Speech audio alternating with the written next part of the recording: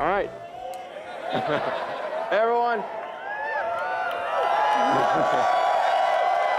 So,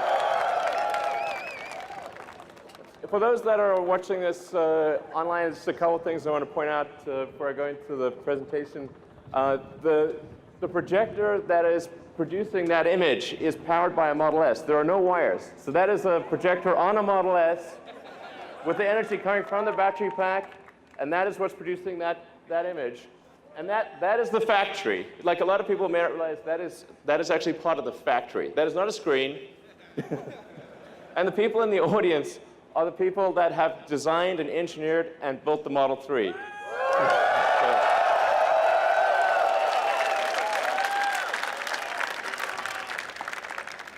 All right, so let's talk about what goes into making the Model 3. It starts off with design. So congratulations to the design team. You've done a phenomenal job. I've enjoyed working with you every week. You guys are amazing. Nice work.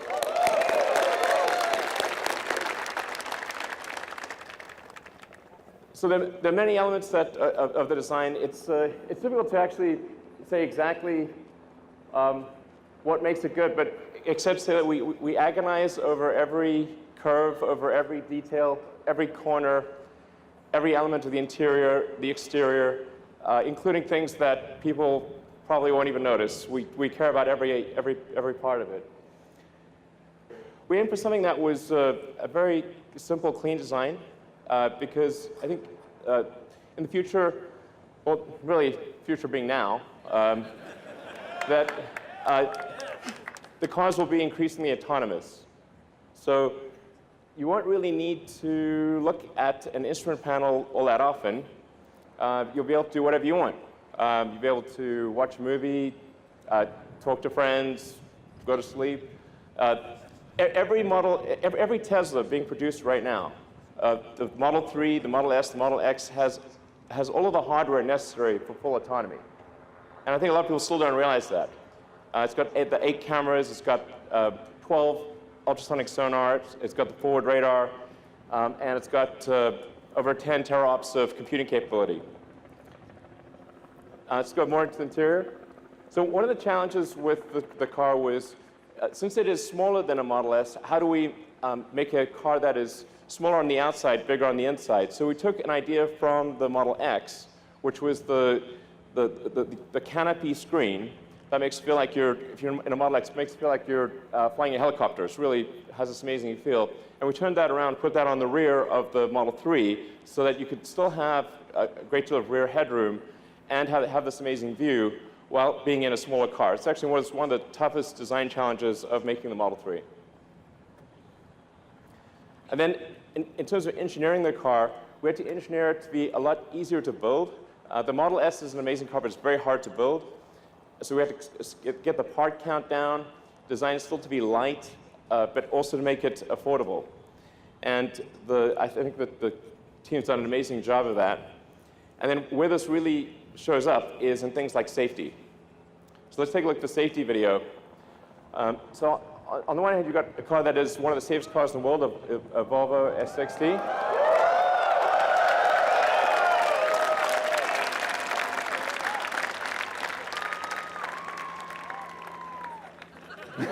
Yeah.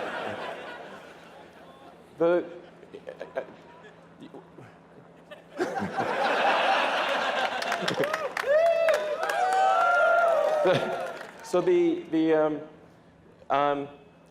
there are a lot of cars that say they are 5-star, and they are sort of 5-star. That's not a scientific metric, but that but even though they're something like the Volvo, great car, by normal standards, very safe.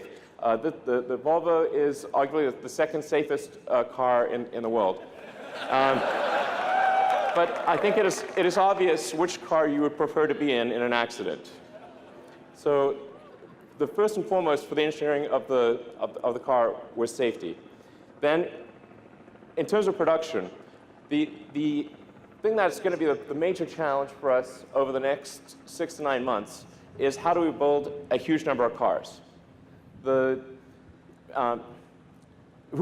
mean, and frankly, we're going to be in production hell. Welcome. Welcome to production hell. That's going to be where we are for at least 6 months, maybe longer. But you guys know that, you're veterans. I've been through this. So I look forward to working alongside you to journey through hell. And as the saying goes, if you're going through hell, keep going. Just to give you a sense of the size of the factory, we've got our Fremont car factory, where we are right now, is the second largest footprint building in the world. And that's going to ultimately produce 500,000 Model 3s and about 100,000 combined S and X vehicles, and maybe more if we can do it. But it just gives you, I want to give you a sense of the scale and how much has to go right. So then a frequent question I get asked, I noticed it popping up on Twitter quite a lot. Where is my Model 3? Sometimes not phrased quite as nicely as that. Well, we're building the cars as fast as we can.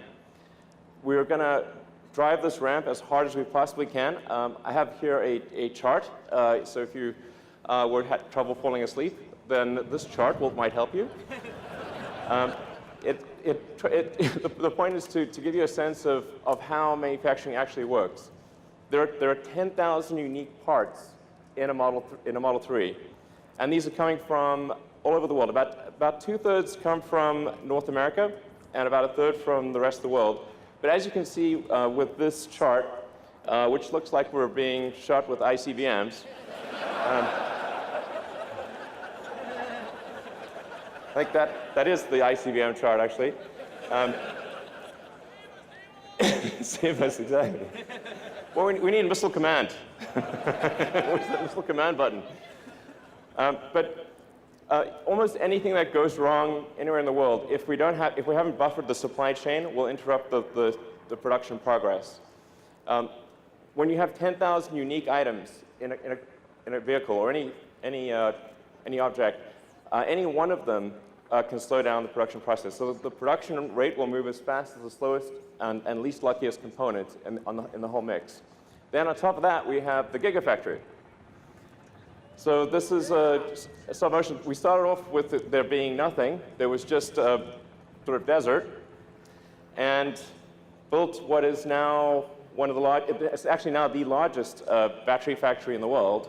And when it's done, we'll produce more lithium-ion batteries than the rest of global production combined from one building. So, yeah. So, in fact, let's go to the Gigafactory live, see if we can connect to them. Hey, guys. We have a whole bunch of people in Nevada that are helping make the battery pack, and the motor, the powertrain. And so we've got giant factory making battery packs and powertrains, giant factory making cars, and giant supply chain. And so all of those have to work together in cadence in order to get to our initial target of 5,000 cars a week, and then hopefully by the end of next year towards 10,000 cars a week. And then you're probably wondering, okay, will I be able to charge my car? Well, this is like probably the second most common question I get on Twitter, like, the supercharger is full, what is wrong with you? Why are you such a huge idiot? I'm like, sorry. Okay, we are tripling the number. By the end of next year, there will be 3 times as many superchargers as there are today. So that should really help out a lot. Essentially, you'll be able to go almost anywhere, North America, Europe, Asia, Australia, and many parts of Asia and the Gulf area by the end of next year. Eventually, you'll be able to go anywhere on Earth. Woo. Yeah. So, thank you. And actually, technically, you can go anywhere on Earth, because anywhere on Earth where there's electricity, you can charge your car. So the supercharger is just about being able to charge a car really fast. OK, so let's talk about the specs for the Model 3. There are 2 main variants. There's the standard and the long range. The standard, well, is going to be $35,000 for a 220-mile range. It's going to be a fast car. So the acceleration will still be well under 6 seconds, 130 mile-an-hour top speed. And then you can also get the long-range one, which will have a range of 310 miles. Yeah.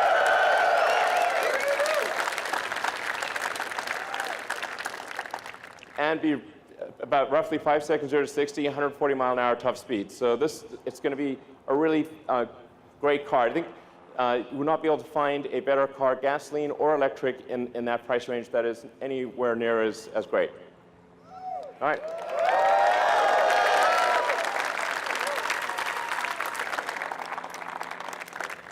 So let's head over some cars. We have the first 30 production cars here being charged right now, right there.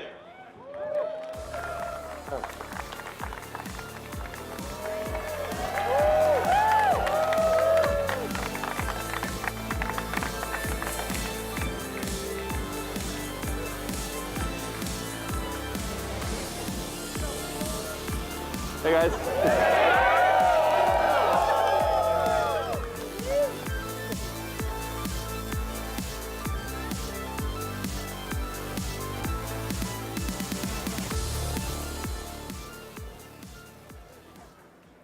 All right, so, hey guys. Those are actual owners getting actual production cars. Woo! Hey.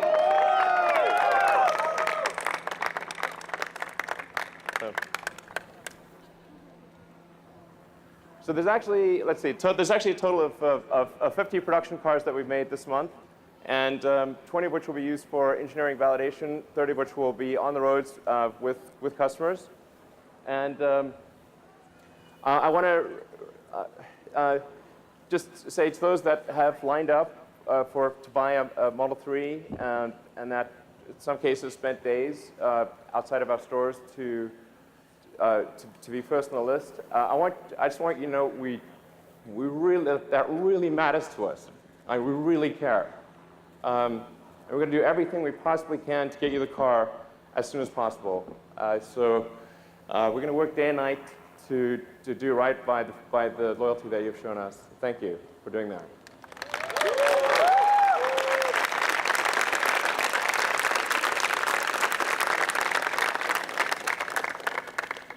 And then just a reminder, we've got now 3 cars in production.